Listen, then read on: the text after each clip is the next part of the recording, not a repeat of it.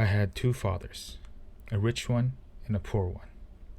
One was highly educated and intelligent. He had a PhD and completed 4 years of undergraduate work in less than 2 years. He then went on to Stanford University, the University of Chicago, and Northwestern University to do his advanced studies, all on full financial scholarships. The other father never finished the 8th grade. Both men were successful in their careers, working hard all their lives. Both earned substantial incomes, yet one always struggled financially. The other would become one of the richest men in Hawaii. One died, leaving tens of millions of dollars to his family, charities, and his church. The other left bills to pay. Both men were strong, charismatic, and influential. Both men offered me advice, but they did not advise the same things. Both men believed strongly in education, but did not recommend the same course of study. If I had had only one dad, I would have had to accept or reject his advice. Having two dads offered me the choice of contrasting points of view, one of a rich man and one of a poor man. Instead of simply accepting or rejecting one or the other, I found myself thinking more, comparing, and then choosing for myself. The problem was that the rich man was not rich yet, and the poor man was not yet poor. Both were just starting out on their careers, and both were struggling with money and families. But they had very different points of view about money. For example, one dad would say, "The love of money is the root of all evil." The other said, "The lack of money is the root of all evil." As a young boy, having two strong fathers, both influencing me, was difficult. I wanted to be a good son and listen, but the two fathers did not say the same things. The contrast in their points of view, particularly about money, was so extreme that I grew curious and intrigued. I began to start thinking for long periods of time about what each was saying. Much of my private time was spent reflecting, asking myself questions such as, why does he say that? And then asking the same question of the other dad's statement. It would have been much easier to simply say, "Yeah, he's right, I agree with that," or to simply reject the point of view by saying, "The old man doesn't know what he's talking about." Instead, having two dads whom I loved forced me to think and ultimately choose a way of thinking for myself. As a process, choosing for myself turned out to be much more valuable in the long run than simply accepting or rejecting a single point of view. One of the reasons the rich get richer, the poor get poorer, and the middle class struggles in debt is that the subject of money is taught at home, not in school. Most of us learn about money from our parents. So what can poor parents tell their child about money? They simply say, "Stay in school and study hard." The child may graduate with excellent grades, but with a poor person's financial programming and mindset. Sadly, money is not taught in schools. Schools focus on scholastic and professional skills, but not on financial skills. This explains how smart bankers, doctors, and accountants who earned excellent grades may struggle financially all of their lives. Our staggering national debt is due in large part to highly educated politicians and government officials making financial decisions with little or no training in the subject of money. Today, I often wonder what will soon happen when we have millions of people who need financial and medical assistance. They will be dependent upon their families or the government for financial support. What will happen when Medicare and Social Security run out of money? How will a nation survive if teaching children about money continues to be left to parents, most of whom will be or already are poor? Because I had two influential fathers, I learned from both of them. I had to think about each dad's advice, and in doing so, I gained valuable insight into the power and effect of one's thoughts on one's life. For example, one dad had a habit of saying, "I can't afford it." The other dad forbade those words to be used. He insisted I ask, "How can I afford it?" One is a statement, and the other is a question. One lets you off the hook, and the other forces you to think. My soon-to-be rich dad would explain that by automatically saying the words, "I can't afford it," your brain stops working. By asking the question, "How can I afford it?" your brain is put to work. He did not mean that you should buy everything you want. He was fanatical about exercising your mind, the most powerful computer in the world. He'd say, "My brain gets stronger every day because I exercise it. The stronger it gets, the more money I can make." He believed that automatically saying, "I can't afford it," was a sign of mental laziness. Although both dads worked hard, I noticed that one dad had a habit of putting his brain to sleep when it came to finances, and the other had a habit of exercising his brain. The long-term results was that one dad grew stronger financially, and the other grew weaker. It is not much different from a person who goes to the gym to exercise on a regular basis versus someone who sits on the couch watching television.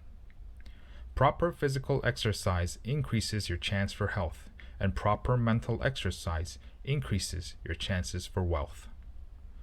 My two dads had opposing attitudes, and that affected the way they thought. One dad thought that the rich should pay more in taxes to take care of those less fortunate. The other said taxes punish those who produce and reward those who don't produce. One dad recommended, "Study hard so you can find a good company to work for." The other recommended, "Study hard so you can find a good company to buy." One dad said, "The reason I'm not rich is because I have you kids." The other said, "The reason I must be rich is because I have you kids." One encouraged talking about money and business at the dinner table, while the other forbade the subject of money to be discussed over a meal. One said, "When it comes to money, play it safe, don't take risks." The other said, "Learn to manage risk." One believed our home is our largest investment and our greatest asset. The other believed, "My house is a liability, and if your house is your largest investment, you're in trouble." Both dads paid their bills on time, yet one paid his bills first, while the other paid his bills last. One dad believed in a company or the government taking care of you and your needs. He was always concerned about pay raises, retirement plans, medical benefits, sick leave, vacation days, and other perks. He was impressed with two of his uncles who joined the military and earned a retirement and entitlement package for life after 20 years of active service.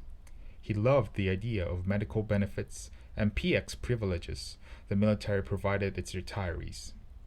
He also loved the tenure system available throughout the university. The idea of job protection for life and job benefits seemed more important, at times, than the job.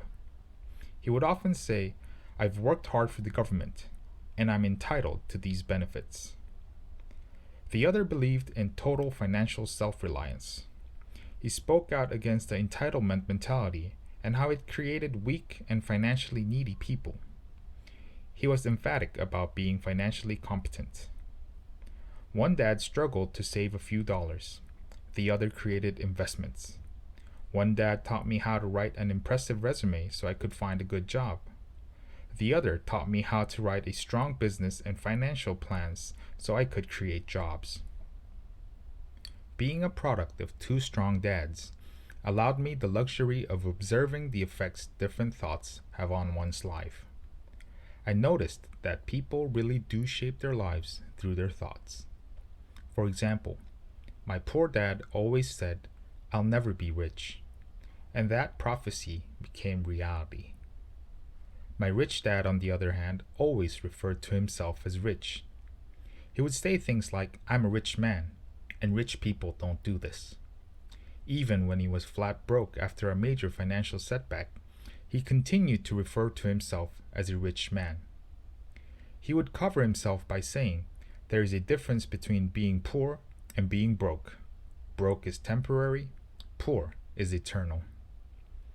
My poor dad would say, "I'm not interested in money," or "money doesn't matter." My rich dad always said, "Money is power." The power of our thoughts may never be measured or appreciated, but it became obvious to me as a young boy that it was important to be aware of my thoughts and how I expressed myself. I noticed that my poor dad was poor, not because of the amount of money he earned, which was significant, but because of his thoughts and actions. As a young boy having two fathers, I became acutely aware of being careful about which thoughts I chose to adopt as my own. Should I listen to my rich dad or to my poor dad? Although both men had tremendous respect for education and learning, they disagreed about what they thought was important to learn. One wanted me to study hard, earn a degree, and get a good job to earn money. He wanted me to become a professional, an attorney or an accountant, and to go to business school for my MBA. The other encouraged me to study to be rich, to understand how money works, and to learn how to have it work for me. I don't work for money were the words he would repeat over and over. Money works for me. At the age of 9, I decided to listen to and learn from my rich dad about money. In doing so, I chose not to listen to my poor dad, even though he was the one with all the college degrees. A lesson from Robert Frost. Robert Frost is my favorite poet. Although I love many of his poems, my favorite is The Road Not Taken. I use its lesson almost daily. The Road Not Taken. Two roads diverged in a yellow wood. And sorry I could not travel both, and be one traveler long I stood, and looked down one as far as I could, to where it bent in the undergrowth, then took the other as just as fair, and having perhaps the better claim, because it was grassy and wanted wear. Though as for that the passing there had worn them really about the same. And both that morning equally lay, in leaves no step had trodden black. Oh, I kept the first for another day. Yet knowing how way leads on to way, I doubted if I should ever come back. I shall be telling this with a sigh, somewhere ages and ages hence. Two roads diverged in a wood, and I took the one less traveled by, and that has made all the difference. And that has made all the difference. Over the years, I have often reflected upon Robert Frost's poem. Choosing not to listen to my highly educated dad's advice and attitude about money was a painful decision, but it was a decision that shaped the rest of my life. Once I made up my mind about whom to listen to, my education about money began. My rich dad taught me over a period of 30 years until I was 39 years old. He stopped once he realized that I knew and fully understood what he had been trying to drum into my often thick skull. Money is one form of power, but what is more powerful is financial education. Money comes and goes, but if you have the education about how money works, you gain power over it and can begin building wealth. The reason positive thinking alone does not work is because most people went to school and never learned how money works, so they spend their lives working for money. Because I was only 9 years old when I started, the lessons my rich dad taught me were simple, and when it was all said and done, there were only 6 main lessons, repeated over 30 years. This book is about those 6 lessons, put as simply as possible, just as simply as my rich dad put forth those lessons to me. The lessons are meant not to be answers, but guideposts that will assist you and your children to grow wealthier, no matter what happens in a world of increasing change and uncertainty.